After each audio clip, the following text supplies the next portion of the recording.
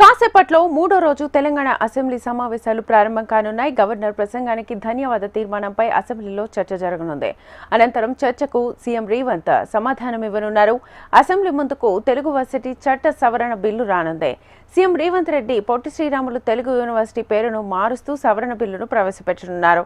ప్రముఖ కవి, ఉద్యమకారుడు, పరిశోధకుడు, తెలంగాణ వైతాళికుడిగా పేరు పొందిన సురవరం ప్రతాపరెడ్డి పేరు పెట్టాలని తెలంగాణ ప్రభుత్వం నిర్ణయించింది. ఇందులో భాగంగానే సీఎం రేవంత్ రెడ్డి చట్టానికి సవరణ చేస్తూ ముఖ్యమంత్రి రేవంత్ రెడ్డి అసెంబ్లీలో బిల్లు ప్రవేశపెట్టనున్నారు.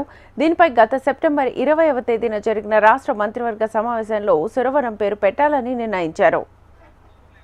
ఇదే అంశానికి సంబంధించి ఫుల్ డీటెయిల్స్ మా ప్రతినిధి అశోక్ అడిగి తెలుసుకుందాం లైవ్ ద్వారా. అశోక్, శ్వేత, ఇవాళ 10 గంటలకు మూడో రోజు తెలంగాణ అసెంబ్లీ బడ్జెట్ సమావేశాలు ప్రారంభం కానున్నాయి. మనం చూస్తున్నాం బడ్జెట్ సమావేశం సంబంధించి ఇవాళ అయితే ఏదైతే గవర్నర్ ప్రసంగానికి ధన్యవాదాలు చేసేటువంటి తీర్మానానికి సంబంధించి అసెంబ్లీలో చర్చ జరిగింది. దీనికి తోడుగా కీలకమైనటువంటి పొట్టి శ్రీరాములు తెలుగు విశ్వవిద్యాలయానికి సంబంధించి పేరును మారుస్తూ కూడా ఇవాళ అసెంబ్లీలో బిల్లు తీసుకొస్తారు. దీనికి సంబంధించి అయితే తెలంగాణ ప్రముఖ ఉద్యమకారునిగా ఉండి సామాజికవేత్తగా ఉన్నటువంటి సురవరం ప్రతాపరెడ్డి పేరును కూడా పెట్టాలని చెప్పేసి కూడా నిర్ణయం జరిగింది. ఈ నేపథ్యంలో మనం చూస్తున్నాం సీఎం రేవంత్ రెడ్డి ఇవాళ సభకు వస్తున్నారు.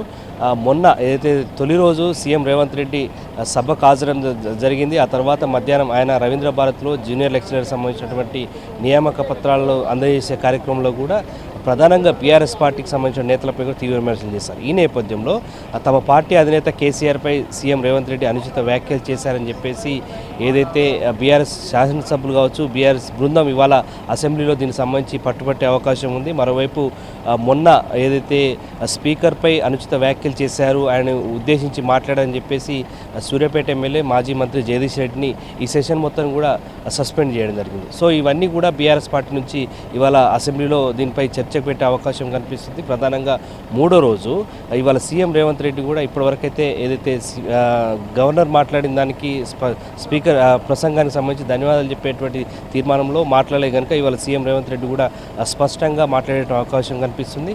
సో మొత్తంగా చూసినట్లయితే మూడో రోజు అసెంబ్లీ బడ్జెట్ సమావేశాలు వేడివేడిగానే కొనసాగే పరిస్థితి మనం చూడొచ్చు. శ్వేత. రైట్ అశోక్. ఇల్లేంది 5